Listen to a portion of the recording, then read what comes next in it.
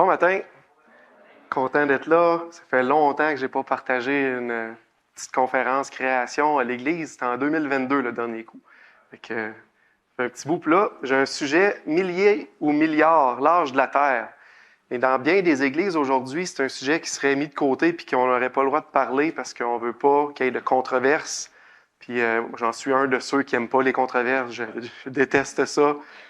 Puis aussi, on va dire que c'est un sujet qui est secondaire. Ça n'a pas rapport au salut, puis c'est vrai. Quand on va arriver au ciel, Dieu n'aura pas un questionnaire, puis la première question, quel âge avait la Terre? Plus ou moins 100 ans. C'est pas comme ça qu'on va... c'est pas comme ça qu'on accède à la présence de Dieu, c'est au travers de son Fils Jésus. On l'a vu dans les chants, on l'a chanté aujourd'hui, on l'a vu dans la petite parole de Jacob, puis qui a combattu l'Éternel. Oui, c'est vrai, mais par contre, la question de milliards ou milliers, c'est pas une question d'âge, c'est une question d'autorité biblique. Puis ça, c'est tellement important parce que toute notre foi s'appuie sur la parole de Dieu. Puis si on peut commencer à prendre la parole de Dieu puis en découper des bouts puis dire ça c'est pas vrai ou ça il faut l'interpréter d'une autre manière, puis on commence mais quelle foi qu'on peut mettre dans qu'est-ce qui est écrit. Hein? Mais par contre, si qu'est-ce que c'est écrit, c'est ce que ça dit, on peut mettre notre foi là-dedans puis on peut avancer. Puis là, quand ça parle que Jésus est né d'une vierge ou qu'il est mort puis il a ressuscité, mais on peut mettre notre foi là-dedans, même si ça nous paraît incroyable. Parce qu'on a confiance que Dieu nous a laissé sa parole. Fait que c'est pour ça que je veux parler de ça aujourd'hui. Puis je vais commencer par l'argument qui, pour moi, est le plus convaincant. Pourquoi la Terre, elle est plus récente. La Terre a quelques milliers d'années et non pas des milliards d'années, comme on entend parler. Puis cet argument-là, ben c'est la parole même. Fait que je vais changer un petit peu mon approche. Pendant des années, j'ai présenté ce sujet-là en tout de suite sautant sur des faits scientifiques, puis en montrant des faits, puis des évidences, puis des choses. Mais ça reste des interprétations du passé, des choses qu'on n'était pas là pour vérifier puis pour voir. Puis le seul témoin de ce qui s'est passé, qui était là, le témoin oculaire, c'est Dieu qui nous a laissé dans sa parole qu'est-ce qui est écrit. Puis moi, pourquoi je crois que la Terre, elle est jeune? C'est parce que je crois ce que la parole de Dieu dit. Fait que je vais commencer par ça. Puis après ça, on va voir, pour ceux qui aiment la science, il va y avoir une partie aussi parce qu'on va regarder du point de vue scientifique, qu'est-ce que la Bible, ce que la Bible dit peut faire aussi du sens du point de vue scientifique. On va voir les deux. Quand on commence, on voit les 6 jours de création dans la Genèse. Le premier jour, Dieu sépare la lumière des ténèbres, puis il appelle ça un jour. Il a dit, ainsi il y eut un soir, un matin, ce fut le premier jour dans Genèse 1,5. Le deuxième jour, là, on voit l'étendue des eaux, puis après ça, l'étendue, le ciel qui est créé. Il y a ainsi eu lieu un soir, un matin, ce fut le second jour. Le troisième jour, Dieu a créé la terre. Il a amassé le sec dans un endroit. Là, le sec est apparu, c'est la terre. Puis là, il a mis les semences sur la terre, les arbres, les fleurs. Tout a poussé, la végétation. La terre, elle était déjà pleine puis verdoyante. Et il a dit, ce fut le soir. Il y a eu un soir, un matin, ce fut le troisième jour. Après ça, on a eu un quatrième jour où ce que Dieu a mis dans le ciel, le soleil, la lune, les étoiles, puis il a dit que ça va être pour marquer les temps, les époques, les âges. Puis là, il a dit, voici, ça va être le quatrième jour. Le cinquième jour, Dieu a rempli les océans de poissons, de mammifères marins, de reptiles qui sont dans l'eau. Il a rempli le ciel de tout ce qui vole, hein, des oiseaux, il y a des mammifères qui volent comme la chauve-souris, il y a des reptiles volants. On ne voit plus aujourd'hui, mais les ptérodactyles, puis les gros dinosaures volants, il a rempli le ciel et les eaux. Et le sixième jour, il a dit, il y a eu un soir, un matin, c'est puis le cinquième jour. Le sixième jour, là, le Seigneur il a rempli la terre d'animaux terrestres. Hein, le bétail, les reptiles, les mammifères, les insectes, tout a été rempli ce jour-là. Il a créé aussi l'homme et la femme. Il a dit, il y a un soir, un matin, ce fut le sixième jour. Quand on lit Genèse 1, c'est le portrait qu'on a. Et on voit le mot « jour » qui est employé plusieurs fois. Ce mot-là, le mot « jour », il est souvent très controversé, même au niveau des milieux chrétiens, parce que ça détonne avec l'idée que la Terre est jeune. Là, on voit 6 jours pour créer toute chose. Ça ne concorde pas avec ce qu'on entend, parce que les choses ont évolué sur une longue période de temps, puis des milliards d'années. Fait que les gens vont essayer de donner une autre définition ou une autre signification au mot jour. Puis effectivement, le mot jour dans la Bible, c'est le mot yom. Il peut avoir différentes significations. Hein? Le jour, ça peut être un jour de 24 heures. Ou une journée, ça peut être la portion ensoleillée du jour. Hein? On marche le jour, hein? Avec la colonne de feu qui était là, de nuée le jour, puis là, il suivait le jour. La partie ensoleillée. Ou ça peut être la période d'une action. Dans la Bible, on voit le jour de l'Éternel. C'est une période de temps. On n'a pas le début et la fin exactement, mais on voit la période de temps. Ça peut être une époque aussi, hein, dans ce temps-là, dans ces jours-là, qui est employé. Fait que le mot « jour », il peut avoir différentes significations. Et maintenant, si on pense à la Genèse, les mots qu'on vient de voir, le mot qui était là, si on prend le contexte va toujours nous donner la signification de ces mots-là. Le mot « yom », le mot « jour », quand il est employé avec un nombre, avec un chiffre avec lui, ça arrive 359 fois dans la Bible, si on exclut Genèse 1. Fait qu'on enlève Genèse 1 parce qu'on voyait que le mot « jour » apparaissait souvent. On exclut ça 359 fois, le mot « jour » avec un nombre, puis on l'interprète toujours comme une journée normale de 24 heures, quand il est accompagné d'un nombre. Maintenant, s'il est accompagné du mot « soir » et « matin », pourquoi on commence le soir puis le matin? Les Juifs, c'est comme ça qu'ils parlent. Hein? Leur journée, c'est le soir, après ça, le matin. Nous, on a inversé ça avec le temps. Mais quand on parle du soir et du matin, ça apparaît 19 fois dans la Genèse, si on exclut Genèse 1, puis ça veut toujours dire une journée normale de 24 heures. Maintenant, si je prends Genèse 1, est-ce que c'est caché, un sens caché du mot jour, quand on voit le premier jour, il y a eu un soir, un matin, ce fut le premier jour. Le deuxième, il y a eu un soir, un matin, ce fut le deuxième. Après ça, il y a eu un soir, un matin, le troisième.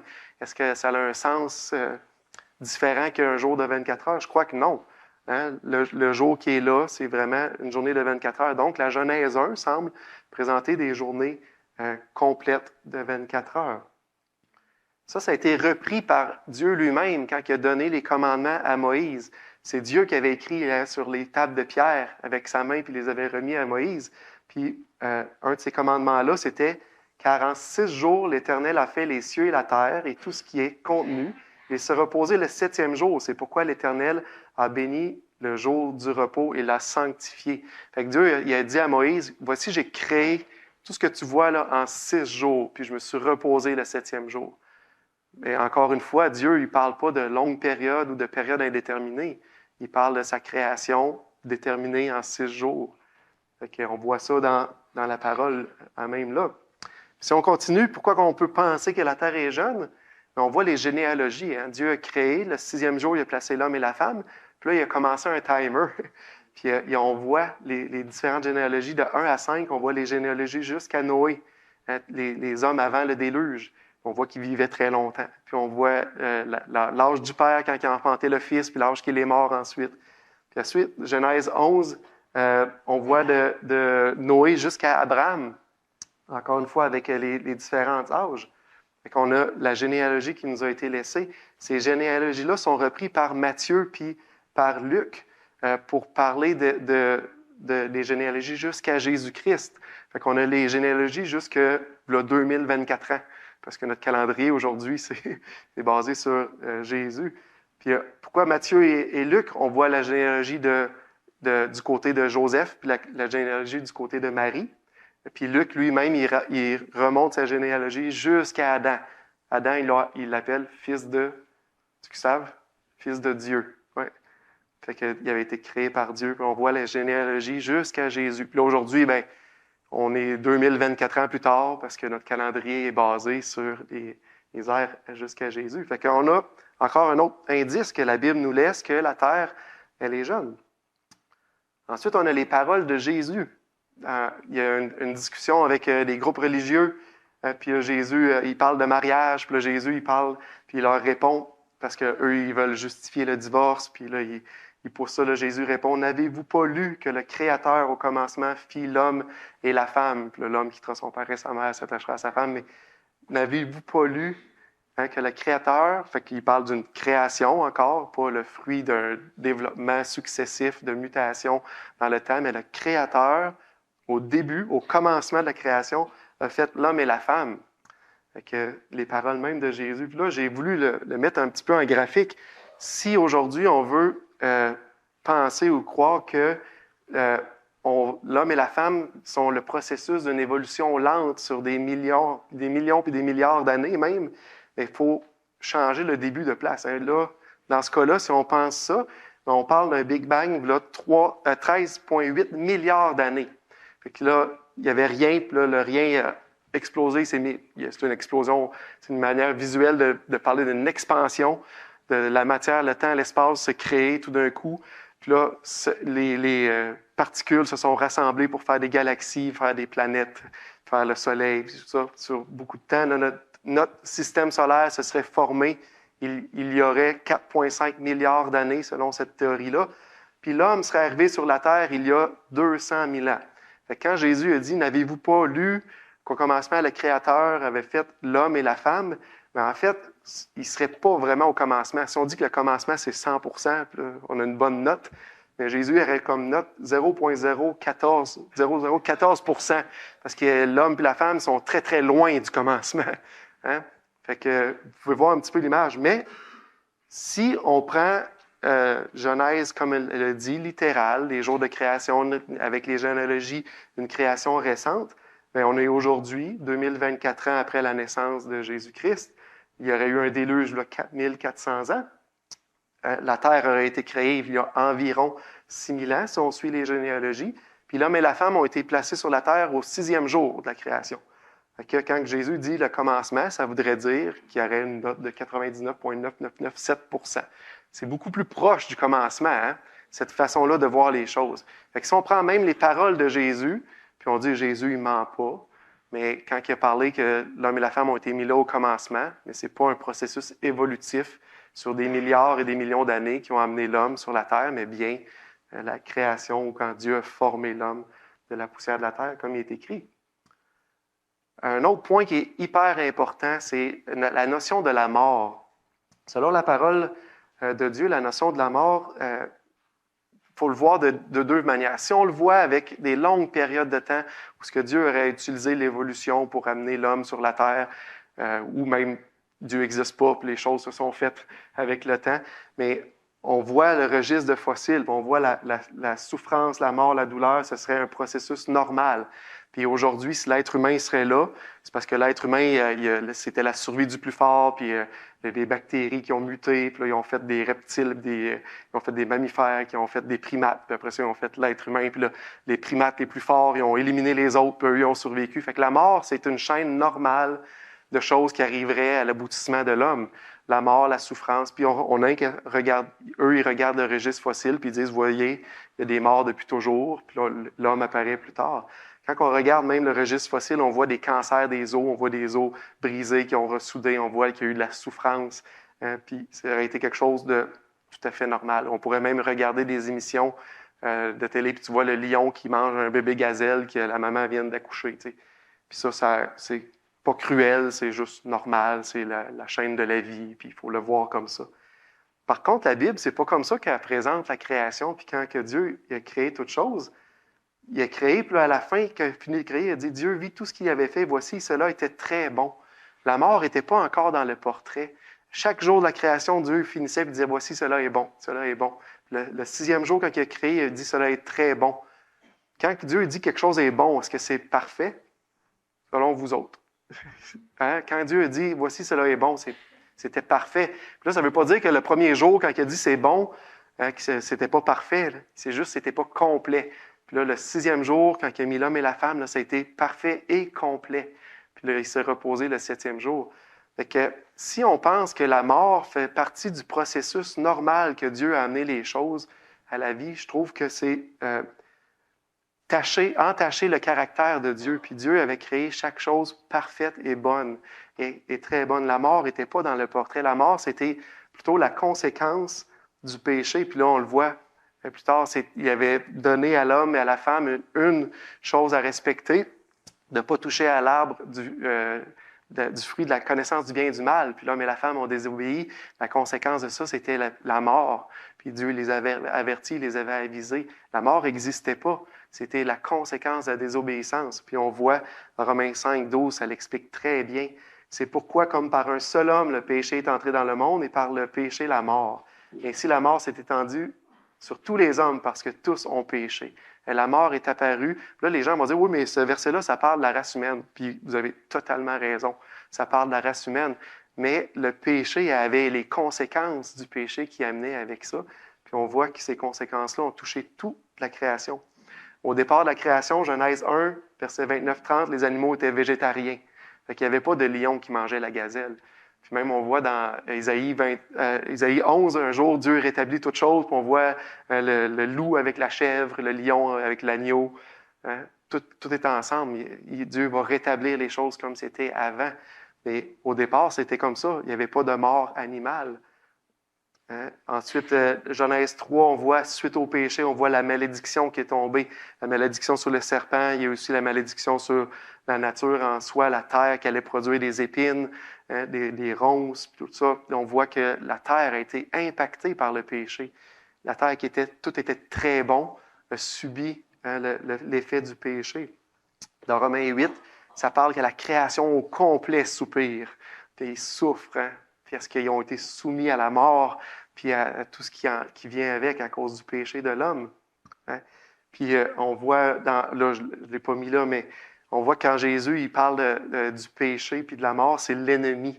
Il parle dans 1 Corinthiens, Paul parle de ça, 1 Corinthiens 15, comme l'ennemi qui est à vaincre. Puis Jésus, lui, quand dans Romains 6, se dit qu'il est venu vaincre, qu'il est venu mourir pour vaincre le péché, cet ennemi-là. Hein, puis le péché comme aiguillon, qu'est-ce qui sert pour tuer? C'est la mort comme aiguillon, le péché, puis ça touche tout. Tout le monde a été tout inclus dans ce péché-là. Adam et Ève, la nature a été inclue, tout a été inclus là-dedans. Puis on voit plus tard que Dieu rétablit toutes choses. Puis même, là, on parle d'un ère millénaire où il va rétablir toutes choses, mais en plus, on voit un jour qu'il va y avoir même une nouvelle création, puis la mort, ça n'existera plus. Toutes larmes vont être séchées. Jésus il se présente dans Apocalypse 1, puis il dit, moi, j'ai les clés de la mort, puis du séjour des morts. Apocalypse 20, il prend la mort, puis le séjour des morts, puis il les lance dans l'étang de feu, puis il les élimine, ça n'existera plus. Puis là, il y a un nouveau ciel, une nouvelle terre. Mais il ne faut pas penser que quand il dit qu'il jette la mort, puis le séjour des morts dans l'étang de feu, puis là, il va falloir attendre 13,8 milliards d'années avant que le nouveau ciel et une nouvelle terre apparaissent. Personne n'a ça comme notion. Hein? On pense tout de suite que le Seigneur va nous donner cette terre-là, puis on va pouvoir en profiter avec lui immédiatement après, quand toutes les choses vont sceller. Fait que ça, c'est un point hyper important. Puis aujourd'hui, si on voit la mort, puis dans le registre fossile, la maladie, puis les douleurs, puis la souffrance, qu'est-ce qui l'explique le mieux? Selon la parole de Dieu, c'est le déluge. Il y a eu un déluge universel un jour. Dieu avait vu le cœur des gens, puis leur cœur se tournait tout le temps uniquement vers le mal. Puis il a dit, je vais détruire la terre, puis il a sauvé Noé et sa famille. Puis c'était un cataclysme mondial, ce déluge-là, qui a créé ces couches superposées qui se sont déposées rapidement suite à ce cataclysme-là, puis où on voit les fossiles dans un ordre d'habitat, pas un ordre d'évolution, mais plutôt un ordre d'habitat. Les organismes marins, dans le fond, qui ont été enfouis en premier, puis après ça, ça monte jusqu'à après ça, les mammifères, les oiseaux, qui ont été enfouis beaucoup plus tard. Puis ça, c'est beaucoup mieux expliqué, puis ça ne touche pas au caractère parfait de Dieu. Quand il dit « Voici, tout était très bon ». La question qu'on peut avoir aussi, c'est si la mort existe depuis toujours et que c'est pas une conséquence du péché, alors pourquoi Jésus est venu? Pourquoi Jésus est venu pour lutter, pour éliminer la mort, pour éliminer le péché? Si c'est là, puis Dieu s'en est servi, puis que c'était bon, ça fait partie de ce qui était très bon. Hein? Fait qu'il faut vraiment faire attention à cette notion-là, puis des fois, on peut être tenté, comme croyant, de dire, ah ben là, la parole de Dieu, il faut l'interpréter avec ce qu'on connaît de la science aujourd'hui, mais si on fait ça, on risque de entacher le caractère de Dieu même, qui est un Dieu bon, un Dieu amour, un Dieu parfait. On va ça terminer avec cette petite section-là, avec un témoin hostile.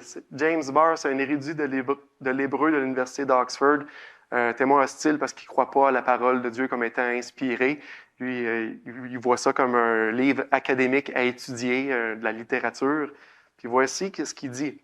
« Autant que je sache, il n'y a aucun professeur d'hébreu ou d'Ancien Testament dans une université de classe mondiale qui ne croit pas que le ou les auteurs de Genèse 1 à 11, parce que lui, il croit qu'il y en a peut-être plusieurs, avaient l'intention de transmettre à leurs lecteurs les idées,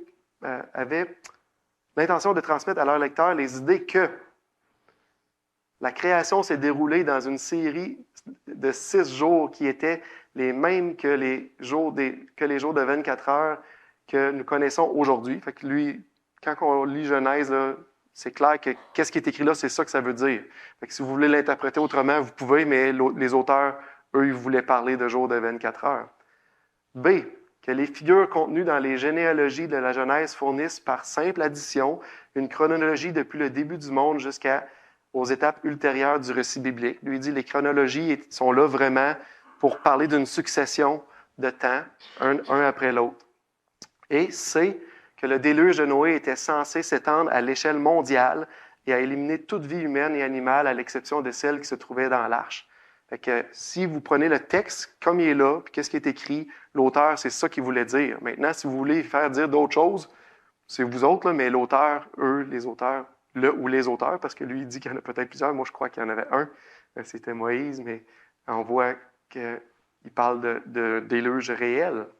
Fait que si on fait un résumé de qu'est-ce que la Bible laisse comme impression pour les gens qui vont l'apprendre et la lire, puis ils vont vouloir l'apprendre telle qu'elle est. Le mot « jour », dans son contexte, les jours de création, c'est des jours de 24 heures. Les 10 commandements rappellent ça, où ce que Dieu lui-même a écrit. En 6 jours, j'ai créé les cieux et la terre. Le 7e, je me suis reposé. Ça ramène les mêmes choses. Les généalogies pointent une terre jeune. Jésus corrobore ça, lui aussi. Il dit au commencement, Dieu a mis l'homme et la femme là. La mort également pointe vers une conséquence du péché puis de l'homme et non pas le caractère parfait et amour de Dieu du début.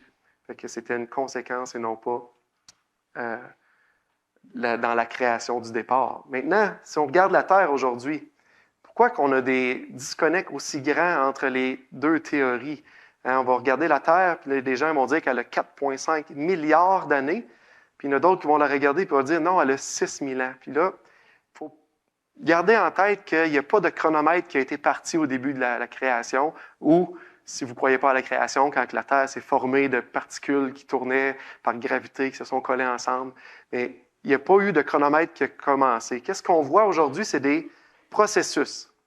C'est des processus où ce qu'on va regarder aujourd'hui, un processus qui se passe, puis on va extrapoler dans le temps, puis on va dire, voici, si on extrapole, quel âge elle a la Terre. C'est comme ça qu'on fonctionne. Fait qu'il n'y a pas de chronomètre. Ça, il ne faut pas perdre ça de vue. Le processus, je vais en regarder un en détail avec vous autres aujourd'hui. Vous allez sortir de là, vous allez être des experts. La datation radiométrique, puis je vais essayer de le simplifier le plus possible. Les gens, quand j'ai enseigné un bout au secondaire ou quand j'ai fait mes cours en sciences, ils parlaient de cette datation-là comme une méthode absolue, contrairement à des méthodes relatives. Puis là, ils disaient, voici la datation radiométrique. Avec ça, on peut savoir exactement quel âge va avoir une pierre, une roche. Okay? Ça, c'est comment ça a été présenté. Maintenant, qu'est-ce que c'est? Je vais vous donner un exemple. Aujourd'hui, vous arrivez dans votre cuisine en faisant la fin de la réunion, puis vous voyez un verre d'eau dans le fond de l'évier qui est aux 3/4 plein, puis il y a une goutte qui tombe de temps en temps. Puis là, je vous pose la question, depuis combien de temps le verre d'eau est-il sous le robinet? Puis là, vous autres, vous êtes des investigateurs un peu à la Sherlock Holmes, puis là, vous sortez votre loupe, votre tape à mesurer, puis là, vous allez faire des observations. Vous allez mesurer la hauteur du verre. OK, fait que là, je connais la hauteur du verre, la circonférence, je connais le volume qu'il peut avoir dans mon verre. Vous allez mesurer la hauteur de l'eau, puis là, vous allez regarder comment j'ai d'eau dans le verre. Après ça, la troisième observation que vous allez faire, c'est que vous allez regarder le débit de la fuite. OK, je vais mesurer comment il y a de gouttes qui tombent à la minute, puis ça fait comment. Puis là, après ça, je vais pouvoir calculer tout ça. Puis là, je vais arriver avec une réponse, puis là, je vais dire, voici mon verre, il est dans l'évier depuis. Mais si vous êtes honnête, vous n'allez pas pouvoir donner de réponse. Pourquoi? Hein? Parce qu'il y a beaucoup de suppositions à faire, puis on ne le sait pas, vous allez voir. Hein? Vous supposez que le verre était vide au départ, mais si vous êtes comme moi, des fois, je prends une gorgée, puis je laisse le verre là, puis il n'est pas fini. Fait que là, hop, ça, on ne peut pas le savoir. Hein? Ça, c'est une première supposition qu'on doit faire. Le verre était vide au départ. Une autre supposition qu'on va faire, c'est qu'il n'y a pas eu aucune autre source d'eau ou fuite d'eau. Hein? Peut-être qu'aujourd'hui, vous prenez votre verre, vous le laissez vide dans le fond de l'évier, mais il y a quelqu'un d'autre qui vide son verre à lui. Puis il pitche dans l'évier, fait que ça remplit ton verre, puis après ça, il le met à côté. Ou peut-être qu'il y a une fuite. Hein, c'est un petit verre de plastique d'enfant, ça fait des années que vous l'avez, il y a un petit trou, puis là, il coule tranquillement. Fait que ça, on ne peut pas le savoir, fait qu'il faut le supposer. Une autre supposition qu'on fait, c'est que le débit d'eau a été constant. Là, aujourd'hui, vous regardez la goutte d'eau qui tombe à chaque minute, mais est-ce que ça a toujours été constant? Peut-être que moi, j'ai souvent le réflexe, je finis mon verre, puis là, je ne sais pas pourquoi, je le rince. Puis là, j'ouvre le robinet au bout, là, je le rince. Et là, peut-être qu'en faisant ça, je l'ai remis là, puis là, l'eau, elle coulait, puis le robinet était ouvert à pleine champlure. Là. Hein, ça coulait. On ne peut pas le savoir. Fait qu'il y a plusieurs suppositions à faire. Maintenant, quand on parle de datation radiométrique, c'est un petit peu la même chose. Là, je vais sortir les grands mots, mais gardez en tête l'image du verre d'eau. Avec le temps, l'uranium, c'est un élément moléculaire là, qui est instable. Avec le temps, il se dégrade. Puis il va se dégrader, puis il va faire du plomb. Fait que l'uranium, avec le temps, se dégrade, il devient du plomb. La vitesse à laquelle se dégrade, la vitesse mesurée aujourd'hui, c'est 4,5 millions d'années pour que la moitié de mon uranium devienne du plomb. Fait qu'ils appellent ça la demi-vie. Là, je vais faire un exercice pour voir si les gens y suivent. J'espère que je n'en perdrai pas trop. Ici, au départ, j'ai 16 molécules d'uranium dans mon sablier. Puis j'ai 0 molécule de plomb. Quel est l'âge de ma roche? De ma pierre? Oh, personne. Oui, elle est flambant neuve, oui. 0 année, elle est nouvelle, elle vient de se former. Fait que j'ai de l'uranium, juste de l'uranium. Maintenant, si il y a la moitié de cet uranium-là qui se dégrade, fait qu'elle se décompose et elle devient du plomb. Tantôt, on disait que la demi-vie, c'était 4,5 millions d'années. Fait que si j'ai la moitié qui s'est dégradée, quel âge que ma pierre va avoir? 4,5. Oui, c'est bon, ça. Là, je vais juste m'assurer. Si les 8 qui restent, il y en a la moitié qui se dégrade encore. Fait que là, je vais être rendu avec juste 4 molécules d'uranium, puis je vais être rendu avec 12 molécules de plomb. Ma pierre va avoir 9. 4,5 plus 4,5, 9 millions d'années. Puis là, c'est là que je vais vous poigner. Si mes 4 molécules d'uranium se dégradent, se décomposent, puis deviennent 14 molécules de plomb, fait que j'en avais 4, là, il m'en reste 2, je n'ai encore divisé par 2. Je vais être rendu à combien d'années? 13,5, tout le monde est d'accord? Y a-t-il quelqu'un qui pense 18? Hein, mais la vraie réponse, c'est 13,5. Oui. À chaque fois qu'on divise par 2 l'uranium, on rajoute 4,5 millions d'années à la pierre. Fait que là, le test ultime, je serais rendu à quel âge, ma pierre? 18 millions d'années. Fait que vous voyez, c'est une question de ratio. Fait que mon ratio d'uranium sur mon ratio de plomb va donner l'âge d'une pierre. Maintenant, est-ce qu'on peut vraiment attribuer un âge basé sur un ratio d'uranium et de pierre sans faire de suppositions? Encore une fois, on a plein de suppositions qui sont faites pour une méthode qui est dite absolue. Vous vous souvenez de l'idée du verre d'eau tout à l'heure?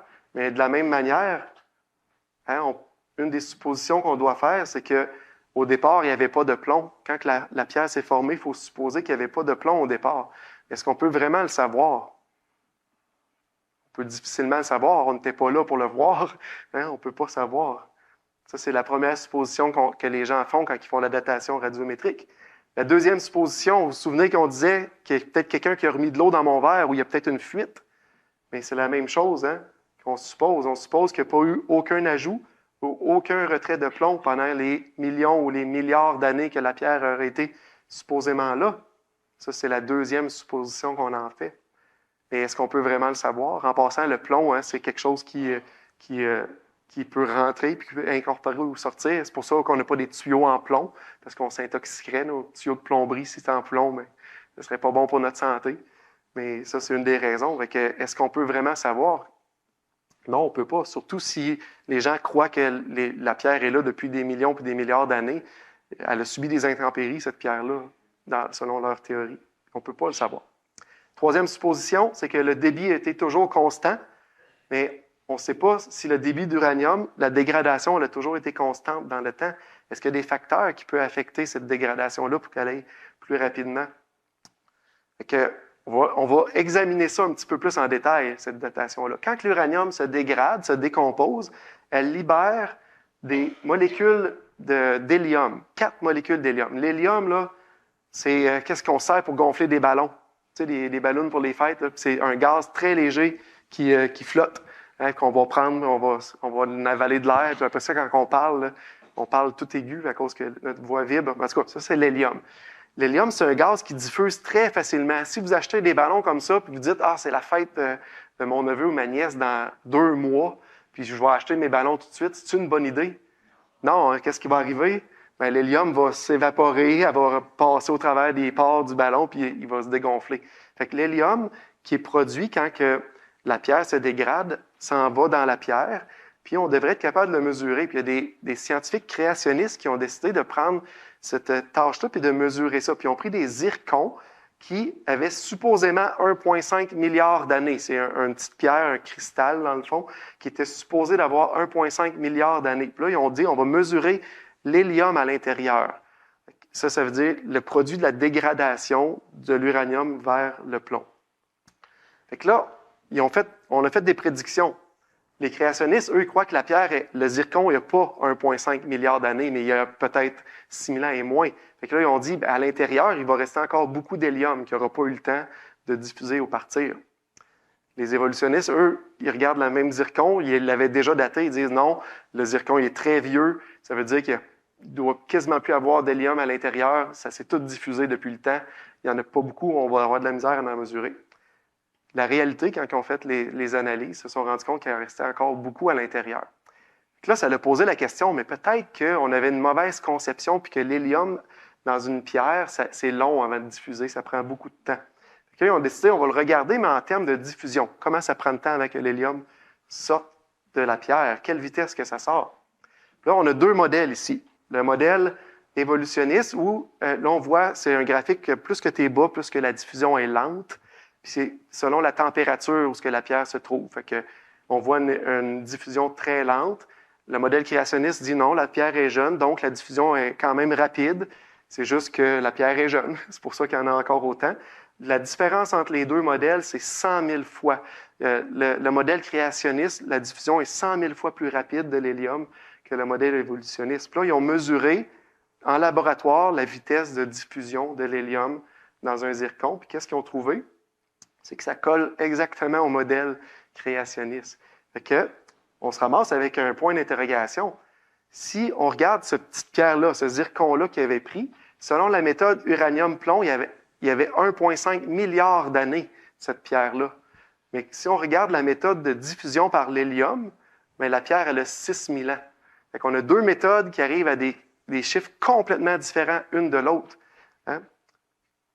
On voit ici qu'est-ce que ça semble vouloir dire. Au lieu que l'uranium se dégrade tranquillement sur une longue période de temps, il semble avoir eu un temps dans l'histoire où que l'uranium a dégradé très, très, très rapidement. Qu'est-ce qui a causé ça?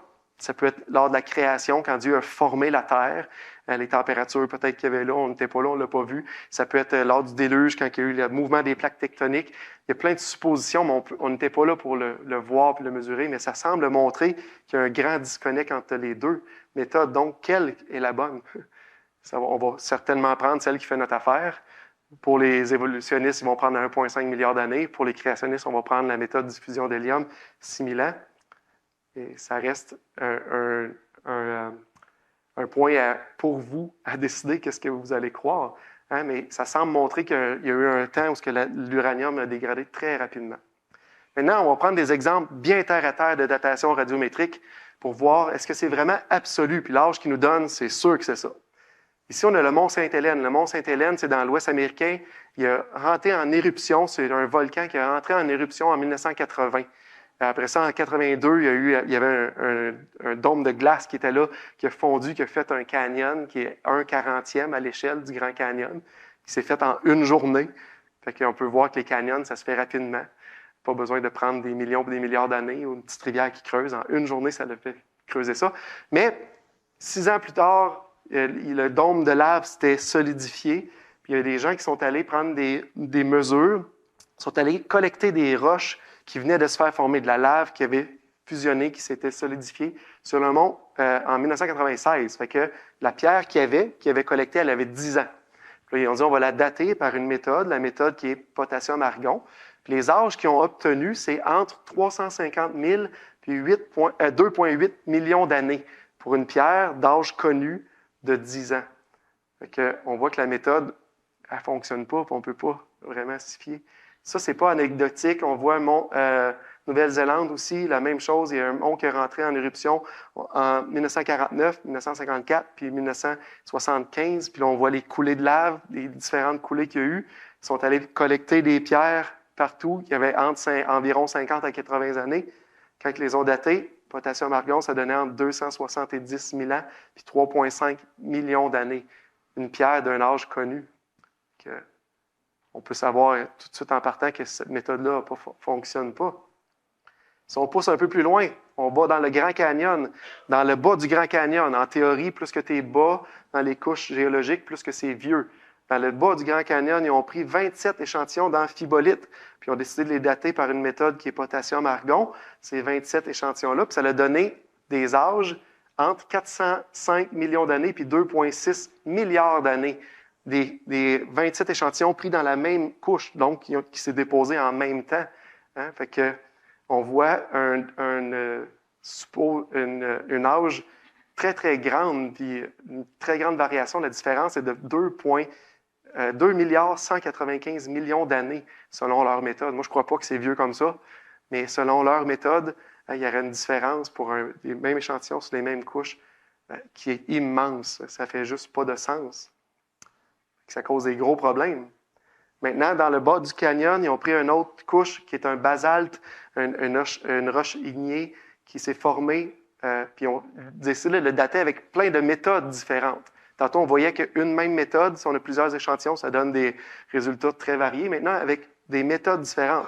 Un potassium-argon, ça donnait cette pierre-là supposément 516 millions d'années. Si on prenait la méthode rubidium-strontium, ça donnait entre 892 puis 1111 millions d'années, supposément. La méthode samarium puis néodyne, là, on est rendu à 1588 milliards d'années. Puis là, on voit les différentes méthodes. La différence entre les différentes méthodes, c'est de 1 milliard 72 millions d'années pour une même pierre à la même place. Fait que quelle méthode est la bonne? Hein? C'est laquelle qu'il faut prendre quand on a une différence aussi grande? Hein? On voit le problème qu'il peut avoir là. Puis ça, c'est juste quelques exemples. Il y en a plein. Il y a des disconnects comme ça, plusieurs disconnects qui sont trouvés. Parce que, pourquoi ça? Parce qu'il faut faire des suppositions. Quand on fait de la datation, ce n'est pas une datation, ce n'est pas vrai que c'est absolu. Qu'est-ce qui est absolu, là? C'est la quantité, mettons, d'uranium ou de plomb qu'ils mesurent. Ils sont capables de mesurer précisément, mais mesurer ça, ce n'est pas mesurer un âge. L'âge, c'est l'interprétation que tu vas en faire, hein, puis qu'est-ce que tu vas supposer. Fait que les méthodes de radiométrique, il y a beaucoup de suppositions. Il y a des erreurs pour des âges connus. On ne peut pas s'y fier quand on connaît l'âge. Hein? On ne peut pas s'y fier non plus parce qu'une même méthode peut donner des grandes, grandes différences. Puis les différentes méthodes pour une même pierre, des mêmes échantillons, donnent aussi des grandes, grandes différences. Fait que la question que je vous laisse, c'est est-ce qu'on peut se fier à la méthode de datation radiométrique? Ben, moi, je ne m'y fie pas. Alors, mais par contre, je peux me fier à la parole de Dieu. Lui était un témoin oculaire, il était là quand ça s'est passé. Si on poursuit, de quoi plus simple un peu, les dinosaures. Les dinosaures, selon la théorie de l'évolution, ont disparu il y a 65 millions d'années. Fait que c'est des grosses bêtes qui existaient parmi nous, qui ont disparu il y a 65 millions d'années. Là, je pourrais parler de plein de choses des dinosaures, je vais me contenter de une. C'est les tissus mous à l'intérieur des dinosaures. Dans la fin des années 80, ils ont commencé à découvrir, puis il y a une des scientifiques qui s'appelle Mary Schweitzer, qui a découvert des tissus mous dans des os de dinosaures. C'était un fémur de Tyrannosaure rex. Puis là, quand ils l'ont excavé, ils l'ont sorti dans leur fouille, ils l'ont même coupé pour le transporter, puis ça avait une odeur de décomposition. Puis quand elle est arrivée au laboratoire, elle a fouillé à l'intérieur, puis elle a trouvé comme ça des tissus mous sur un os qui était supposément vieux de 68 millions d'années. Puis là, quand elle a voulu publier ça dans les journaux scientifiques de l'époque, ils ont dit non, tu t'es trompé, refais tes devoirs, ça ne fonctionne pas, c'est impossible. Ça a pris plusieurs années, pratiquement une dizaine d'années avant qu'elle ait le droit de publier, parce que ça ne fonctionne pas. Hein, ces os-là, il n'est plus supposé avoir de globules rouges à l'intérieur de tissu élastique ou de chair. Et ça, c'est des découvertes qu'il y en a, puis il y en a de plus en plus de ça. je vais vous le montrer un petit peu tantôt, mais il y a différents types de molécules même qui ont été trouvées. Pourquoi c'est pas publicisé plus que ça, vous pensez? Pourquoi à l'école, entre autres, dans nos livres scolaires, les jeunes n'entendent pas parler de ça?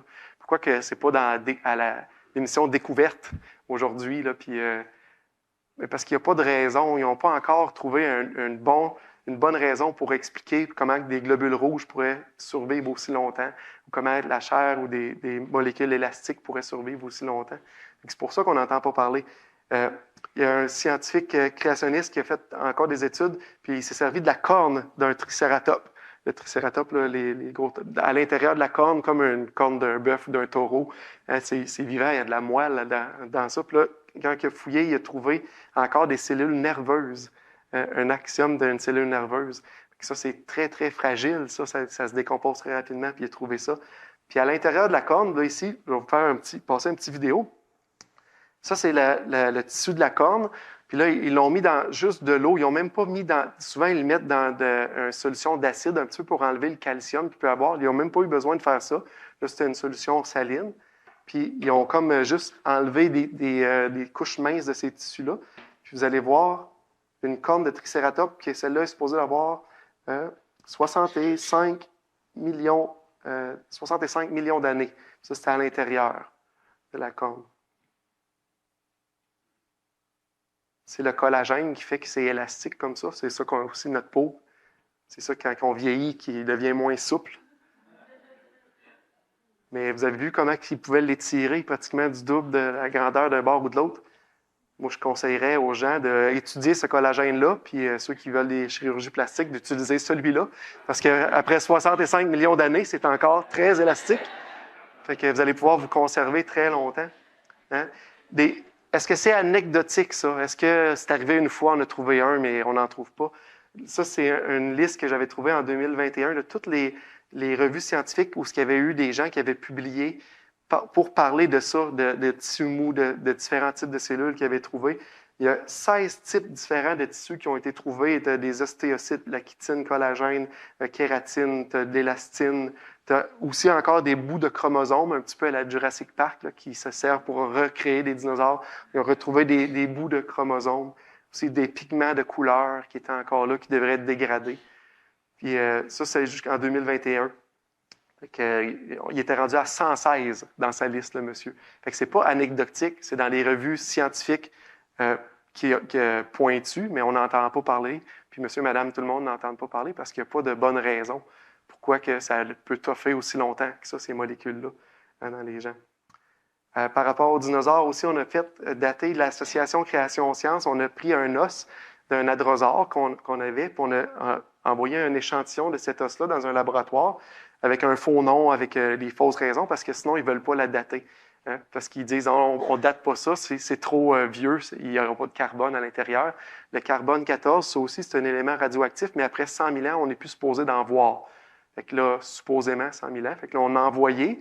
Là, c'était supposé d'être d'un hadrosaure de 65 millions d'années, supposé. Quand ils sont revenus avec les résultats, ils nous ont dit que cet os-là avait 32 770 ans. Moi, je ne crois pas qu'il y avait cet âge-là. Je pense qu'il y a des erreurs dans les méthodes de datation, mais quand même, c'est loin de 65 millions d'années où, en théorie, il aurait dû détecter rien. Il aurait dû nous dire, ben, on ne détecte rien. Et c'est pas ça qui est arrivé. Là, le temps file. Fait que je vais vous montrer plusieurs processus en rafale. Hein. Quand je parlais tantôt, il n'y a pas de chronomètre pour montrer que la Terre est jeune, mais c'est plutôt on mesure des processus à la vitesse actuelle, puis on suppose que ça a été ça dans le temps. Puis on fait fi qu'il y a eu une création, on fait fi qu'il y a eu un déluge mondial, puis on dit non, ça s'est fait toujours, tout a été toujours pareil dans le temps. Puis on va voir différents processus. Je ne vais pas passer beaucoup de temps pour les expliquer. Le champ magnétique de la Terre, le Soleil nous envoie des vents solaires avec beaucoup de particules, puis il bombarde la Terre. Mais notre Terre, elle a un pôle magnétique qui fait un champ autour, qui est comme un bouclier de protection qui fait dévier les particules. Puis c'est ça qui fait les aurores boréales, proches des pôles, c'est si beau. Hein, c'est notre champ magnétique. Mais notre champ magnétique, il décroît très rapidement. Fait que si on fait le chemin inverse, ça voudrait dire que là, quelques centaines de milliers d'années, je ne crois pas que c'est vu comme ça, le champ magnétique aurait tellement été fort que la pierre aurait été en fusion. Il n'y aurait pas eu de continent, il n'y aurait pas eu rien.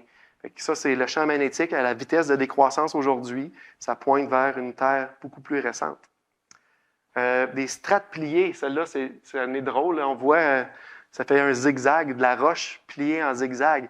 Puis on voit les couches. En théorie, chaque couche se sont déposées une par-dessus l'autre successivement sur des milliers, des millions d'années. Mais là, on voit que ces couches-là sont pliées.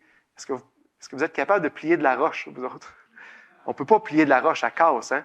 Mais ça, ces exemples-là, il y en a sur tout le tour du globe. Et pas juste à une place en particulier.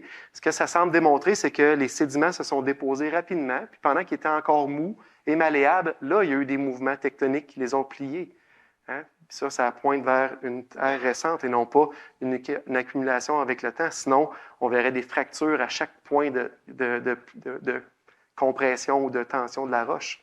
Mais on ne voit pas ces fractures-là.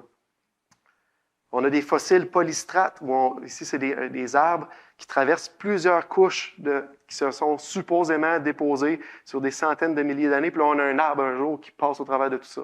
Est-ce que l'arbre a poussé pendant des millions d'années? Ou bien les couches se sont déposées rapidement proche de l'arbre? Là, ça s'est fossilisé comme ça autour. Ça semble pointer, les fossiles polystrates, vers une Terre beaucoup plus jeune. On a des choses qu'on appelle des fossiles vivants. Où on trouve des fossiles dans la couche fossile. Puis là, on voit le fossile, on peut regarder, mettons, le poisson qui est là, c'est un coélacanthe. Puis on l'a retrouvé dans les couches supposément de 65 millions d'années, en même temps que les dinosaures. Puis après ça, on n'a plus revu pendant tout le reste de l'histoire jusqu'à aujourd'hui où ce qu'on en voit est exactement pareil. Fait qu'ils appellent ça un fossile vivant. Comment ça se fait que le coélacanthe ne s'est pas refait prendre depuis 65 millions d'années et on n'en voit pas ailleurs? Il a comme réapparu tout d'un coup. Mais ça, il y en a beaucoup de ces fossiles-là. La limule, c'en est un. Le pin de Wollemi, c'en est un. Ils ont supposément des millions d'années. On les voit dans le registre fossile. Après ça, ils disparaissent. On n'en voit plus pantoute dans le registre fossile. Puis tout d'un coup, pouf, on les voit, ils existent aujourd'hui tels qu'ils sont, sans changement. Ça aussi, ça semble pointer vers une Terre jeune. L'érosion des continents, aujourd'hui, à la vitesse que les continents s'érodent, ceux qui ont un chalet sur le bord de l'eau peuvent le savoir, hein? L'eau à gruge, puis un jour, le chalet disparaît. On voit les images comme ça. Mais présentement, à la vitesse que les choses s'érodent, à la vitesse d'aujourd'hui, ça l'érode de 6 cm, 2,5 pouces, par 1000 ans. Puis là, vous allez dire, ben, c'est pas beaucoup, ça. Mais si on met ça à l'échelle de milliards d'années, nos continents sont supposément vieux de 3 milliards d'années selon la théorie évolutive, mais il ne devrait plus y avoir de continents. Il aurait dû tout être érodé puis plus exister. Pourtant, ils sont encore là aujourd'hui. Fait que ça en est un autre point qui pointe vers une Terre jeune. Les sédiments dans le fond des océans, aujourd'hui, à la vitesse d'aujourd'hui, il y a 20 milliards de tonnes qui s'accumulent dans le fond des océans. Il y en a juste 1 milliard qui est recyclé dans les mouvements tectoniques. Fait qu'il y a des sédiments qui s'accumulent. Si les océans sont si vieilles qu'ils nous disent, bien, il devrait y avoir 250 fois plus de sédiments qu'il y en a, puis ce n'est pas le cas. On a des gaps de millions d'années. Ici, on a un gap entre le grès de Coconino, qui est celui d'en haut, puis le schisme de l'Hermite, qui est en bas de 6 millions d'années, où ce que tu pourrais mettre une feuille de papier. En théorie, il y a 6 millions d'années entre ces deux couches de pierre-là. Puis c'est comme si pendant 6 millions d'années, il n'y aurait pas eu d'érosion, il n'y aurait pas eu de vent, pas d'eau, pas de pluie, pas rien, pas de plantes qui poussent. Puis l'autre couche se serait déposée par-dessus, toute beau, toute plate. Mais ça, des gaps comme ça, il y en a tout le tour de la planète. Dans le Grand Canyon, il y en a au moins à 3 places différentes que tu vois des gaps comme ça de millions d'années. Mais qu'est-ce que ça semble montrer? Ça semble montrer plutôt des couches qui se sont déposées rapidement, une par-dessus l'autre. C'est pour ça qu'il n'y a pas eu le temps d'avoir l'érosion. Le sel dans les océans. Aujourd'hui, l'eau dans l'océan est salée. Si vous prenez une gorgée, vous allez trouver que c'est salé. Si, à la vitesse que le sel rentre dans l'océan et que les océans deviennent de plus en plus salés, si on fait le chemin, on compte à rebours, bien, un jour, il y avait de l'eau, c'était de l'eau douce dans les océans. Mais à la vitesse que le sel rentre dedans, les océans ne pourraient pas avoir plus que 62 millions d'années. Moi, je crois qu'ils sont beaucoup plus jeunes que ça. Puis qu'est-ce qui fait qu'il y a beaucoup de sel dans l'eau? C'est qu'il y a eu un déluge global un jour. Ça a amené beaucoup de sel dans l'eau. Mais quand même, hein, ils ne peuvent pas avoir plus que 62 millions d'années. Puis la théorie évolutive les amène à 3 milliards d'années. Fait qu'il y a un gros disconnect. Ça semble pointer vers une Terre beaucoup plus récente. On retrouve du carbone dans 14 qui ne devraient plus être retrouvés dans du charbon ou même dans des diamants. Les diamants, c'est la pierre la plus dure qui existe. Fait qu'il ne peut pas avoir eu d'infiltration ou retrait ou ajout. Là. C'est vraiment pur. Puis on en retrouve, puis ça ne devrait pas exister. Ça, c'en est un autre point. Je vais finir avec un commentaire d'un géologiste qui, un jour, lui, c'est un géologiste évolutionniste. Là. Il ne croit pas à la création. Et voici ce qu'il dit dans son livre. Nous avons permis notre propre lavage de cerveau en évitant toute interprétation du passé qui implique des processus extrêmes qu'on pourrait appeler des catastrophes. Et qu'est-ce qu'il est après dire? C'est que tout ce qu'on voit, là, on a voulu l'interpréter avec ce que je vois là présentement. Puis on a enlevé toute possibilité de catastrophe. Puis les catastrophes expliquent beaucoup mieux les couches géologiques qui se déposent, la fossilisation. Ça explique beaucoup mieux les couches qui se splient une par-dessus l'autre. Puis une des choses qui explique beaucoup mieux tout ça, c'est le déluge, la plus grande catastrophe qu'il n'y a pas pu avoir. Quand je parlais au début que la plus belle évidence que la Terre est jeune, c'est ce que la parole de Dieu nous dit. Je veux fermer la boucle, qu'on croit à l'évolution ou que l'être humain est le processus d'une longue période de temps ou de changement. Ça va rester une croyance sur des choses qu'on ne peut pas mesurer ou vérifier. On n'était pas là, on ne l'a pas vu. Par contre, qu'est-ce que Dieu dit dans sa parole? Lui était un témoin oculaire. On dit que Dieu ne peut pas mentir, puis on voit que qu'est-ce qu'il a dit semble vraiment être interprété de la manière qu'il a dit. Mais ça nous amène à dire, bien, la Terre est beaucoup plus jeune qu'on peut penser, ou ce que les gens vont dire. Hein? Ça va toujours rester une question de foi. Hein? Dans Hébreux 11.3, ça dit, c'est par la foi que nous reconnaissons que l'univers a été formé par la parole de Dieu, en sorte que ce qu'on voit n'a pas été fait de choses visibles. C'est sa parole, sa puissance. Dieu a dit, la chose arrive. Hein, c'est ce qui se passe. Hein? Qu'est-ce que l'auteur continue et il dit, « Or, sans la foi, il est impossible de lui être agréable, car il faut que celui qui s'approche de Dieu croit que Dieu existe et qu'il est le rémunérateur, celui qui va payer, récompenser ceux qui le cherchent. » Tantôt, on avait Jacob qui a lutté avec Dieu. Cherchez l'Éternel, cherchez le Seigneur. Vous allez le trouver, vous allez trouver Jésus-Christ. Dans Jean 1, ça dit, au commencement était la parole était avec Dieu, la parole était Dieu. Toutes choses ont été faites par elle, rien de ce qui a été fait n'a été fait sans elle. La parole a été faite chair. C'est Jésus-Christ qui est le Créateur. Fait que si vous cherchez Dieu, vous allez trouver Jésus-Christ, vous allez trouver le Créateur. C'est par la foi en son nom que vous allez pouvoir être agréable, pas par vos œuvres, pas parce que vous allez avoir été une bonne personne, mais bien parce que vous allez avoir fait confiance en lui, en l'œuvre de Jésus-Christ, pour vous, à la croix. Puis ça, on le trouve où? Dans sa parole. Puis c'est pour ça que c'est important, ce que la parole dit, quand on parle de l'âge de la terre, c'est pas une question d'âge, c'est une question d'autorité, l'autorité biblique. J'aimerais ça terminer par un mot de prière. Père Céleste, merci pour ta grandeur, ta toute-puissance, ta sagesse infinie, toi qui as créé les cieux et la terre, qui as fixé toutes les lois de la physique pour que les choses puissent vivre et fonctionner comme là aujourd'hui, que tu as placé l'homme avec la conscience, Seigneur, conscience qu'il existe quelqu'un qui est plus grand que lui, Seigneur. Et tu as dit dans l'Ecclésiaste qu'on a tous en nous cette pensée-là de l'éternité, Seigneur. Et je te prie que c'est des gens qui ne t'ont pas connu encore aujourd'hui, qui te cherchent. Mets en leur cœur, Seigneur, par ton esprit, le désir de te connaître, qu'ils puissent te trouver, Seigneur, au travers de ce que tu as fait, et surtout qu'ils trouvent Jésus-Christ, Seigneur, qu'est-ce que lui a fait pour nous. Dieu, le Créateur, qui a sauté dans la création en personne pour porter le poids des péchés des gens qui ne pouvaient pas le faire par eux-mêmes, pour donner la vie éternelle à ceux qui se tourneraient vers lui. Et merci pour ce beau message de l'Évangile qu'on a dans ta parole. L'impression de Jésus qu'on veut te prier. Amen.